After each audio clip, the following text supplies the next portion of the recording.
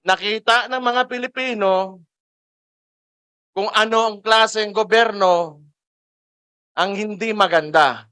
They have contrast to what former President Rodrigo Duterte did to this country when he was president. And he made this country great.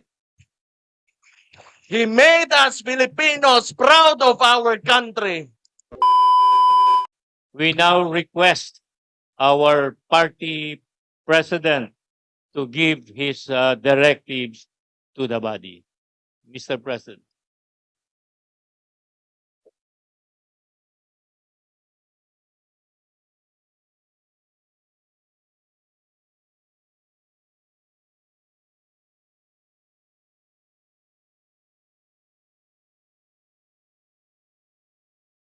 Please have a seat, gentlemen.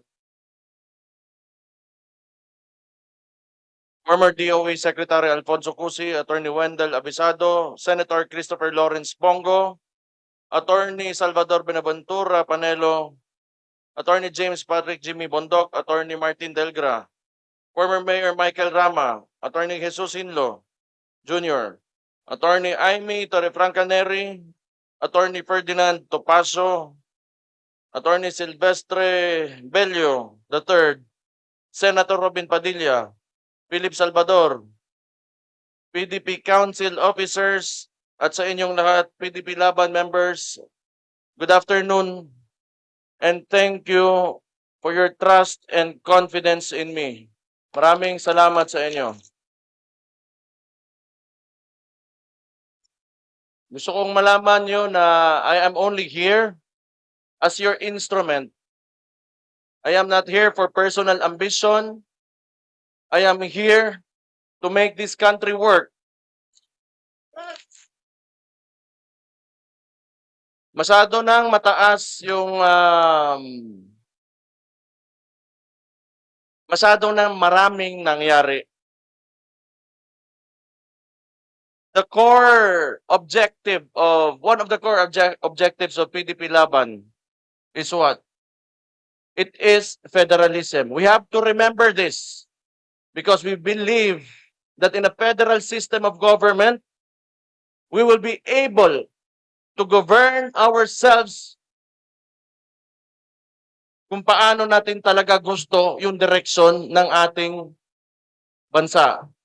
Look now, in a unitary system of government, anong nangyayari sa atin? We are paying our taxes. Saan napupunta ang mga buwis natin?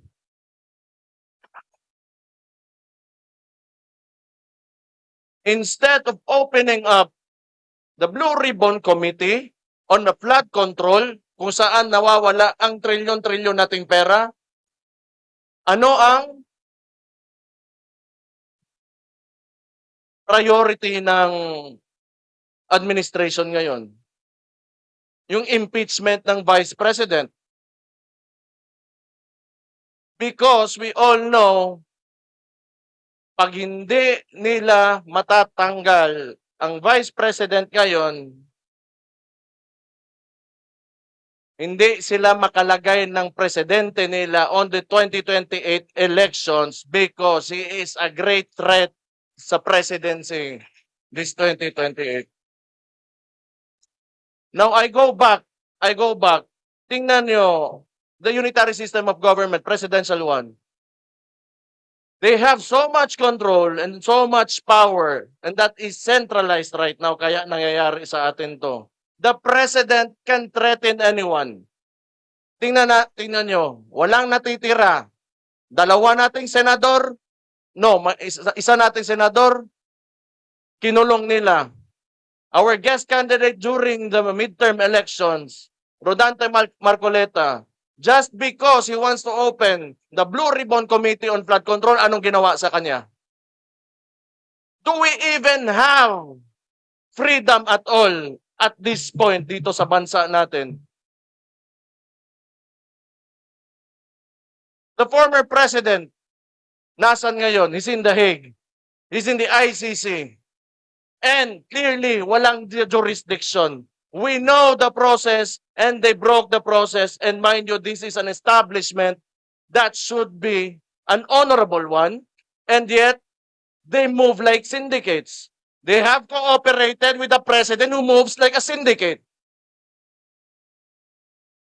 Papayag kayo na ganito na lang tayo? We have to do our duty and responsibility for our country.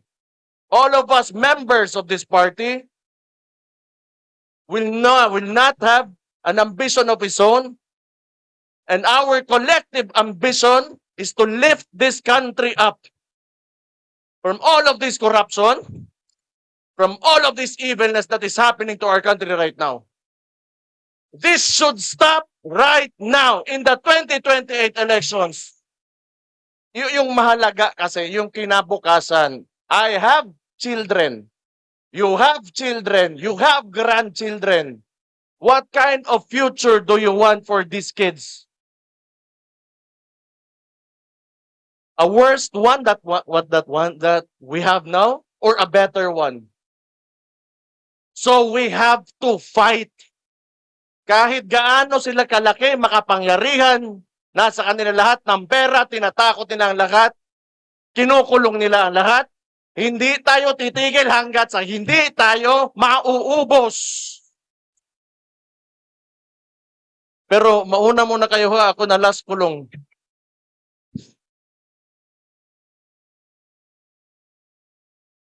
Pero maluoy tayo, maawa tayo sa kinabukasan ng mga bata. Yan talaga ang... And yung pera, sinasayang.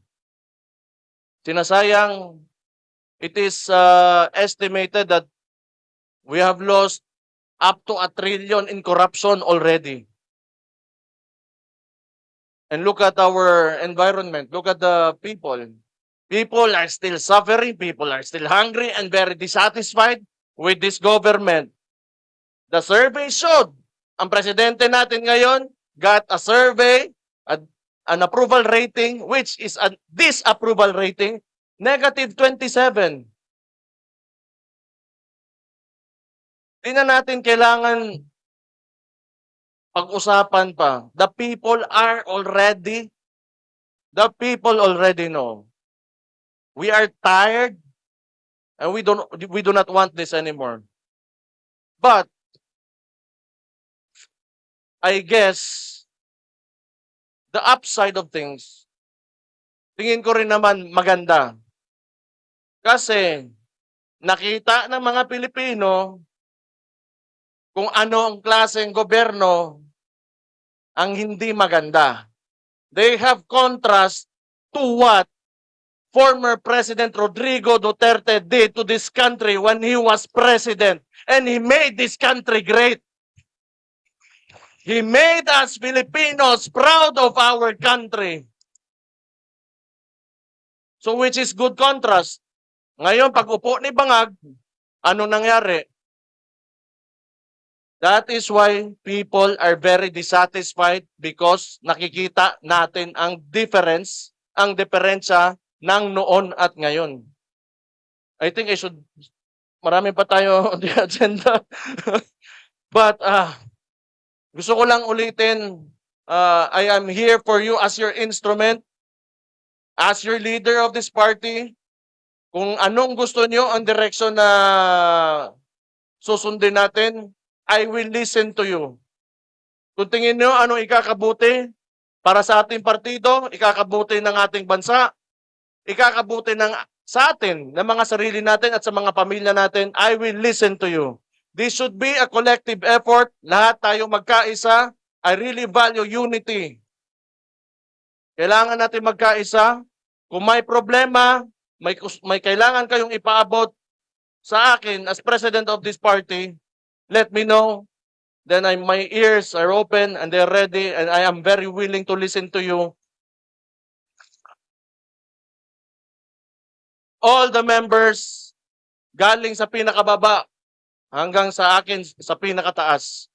Thank you so much for your trust again and confidence in me. Maraming salamat. Mabuhay kayo. And soon, kita-kita tayo. Wag lang kayo talagang tumigil. Keep on pushing. We are getting there and we are winning. Congratulations. ug maayong hapon, magandang hapon sa inyong lahat.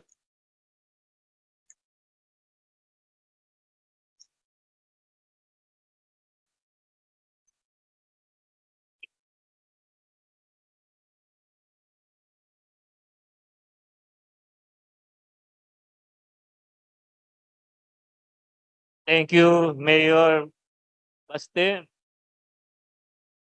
We shall now proceed